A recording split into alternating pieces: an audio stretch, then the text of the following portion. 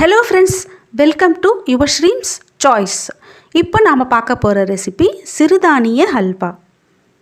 இது செய்யறதுக்காக 1 கப் கேழ்வரகு, 1 கப் வெள்ளை சோளம், 1 கப் கம்பு, இது எல்லாமே 100 கிராம் இருக்கணும். இதை நல்லா வாஷ் பண்ணி எடுத்துக்கணும். 3 முறை வாஷ் பண்ணிக்கணும். இதில் 2 டம்ளர் தண்ணீர் விட்டுட்டு நைட் ஃபுல்லாக இதை ஊற வச்சுக்கணும். காலையில் இதை தண்ணியை எடுத்துட்டு மிக்சர் ஜாரில் போட்டு அரைச்சி எடுக்கணும். இதுக்கு 1 டம்ளர் அளவுக்கு தண்ணி சேர்த்துக்கணும்.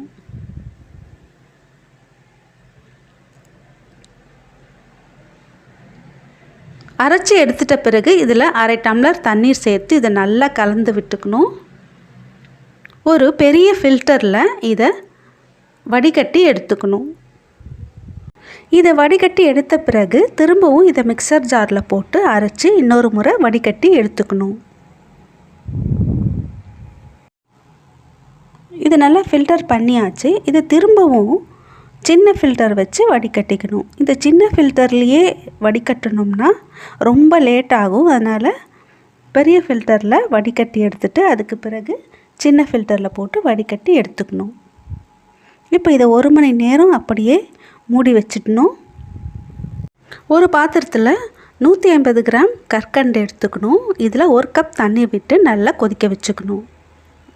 இது நல்லா கொதித்து திக்கானதும் இதை இறக்கிடலாம். 1 மணி நேரம் கழித்து இந்த பாலை எடுத்து பார்த்தோம்னா இது மேலே தண்ணி தெளிஞ்சு நிற்கும். அந்த தண்ணியை தனியாக எடுத்துக்கலாம். இந்த தண்ணி நமக்கு தேவைப்படாது, இதை கீழே கொட்டிடலாம். இப்போ இந்த மாவு பார்த்தோம்னா நல்லா கெட்டியாக இருக்கும். தோசை மாவு பதத்துக்கு நல்லா கெட்டியாக இருக்கும். இப்போது இதில் 1 டம்ளர் அளவுக்கு தண்ணி சேர்த்து இதை நல்லா கலந்துக்கணும். கலந்து விட்ட இந்த பாலை பேனில் போட்டு நல்லா கலந்துக்கணும். கைவிடாமல் இதை நல்லா கலந்துக்கிட்டே இருக்கணும். அப்படி கலந்து விடலைன்னா அங்கங்கே அது கட்டி கட்டியாக அப்படியே தங்கிடும். இந்த மாதிரி நல்லா திக்காயிட்டே வரும்.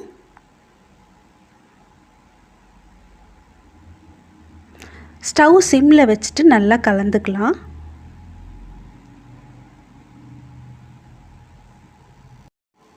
இப்போது இது நல்லா கெட்டியாயிருக்கு.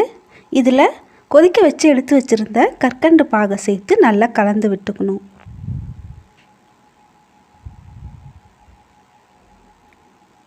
இப்போது இது கொஞ்சம் சாஃப்டாகிடும். இதில் 1 ஸ்பூன் அளவுக்கு ஃபுட் கலர் சேர்த்து கலந்துக்கணும்.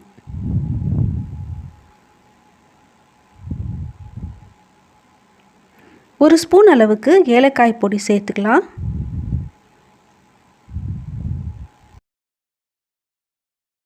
இதுக்கு 6 டேபிள் ஸ்பூன் நெய் தேவைப்படும். 2 ஸ்பூனாக இதை கலந்து எடுத்துக்கணும். நெய் விட விட இது நல்லா இழுத்துடும். அதனால் இடையிடையே இந்த நெய் விட்டு நல்லா கலந்து எடுத்துக்கணும். இப்போது ஹல்வா நல்லா கெட்டியாயிடுச்சு. இதை நெய் தடவின ட்ரேயில் எடுத்து போட்டுக்கலாம்.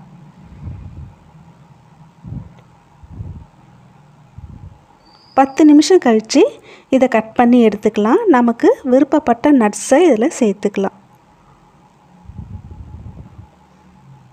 ஆரோக்கியமான சிறுதானிய ஹல்வா தயாராகிடுச்சு. இந்த ரெசிபி வீடியோ உங்களுக்கு பிடிச்சிருந்ததுன்னா மறக்காமல் இந்த சேனலை சப்ஸ்கிரைப் பண்ணுங்கள். தேங்க்யூ.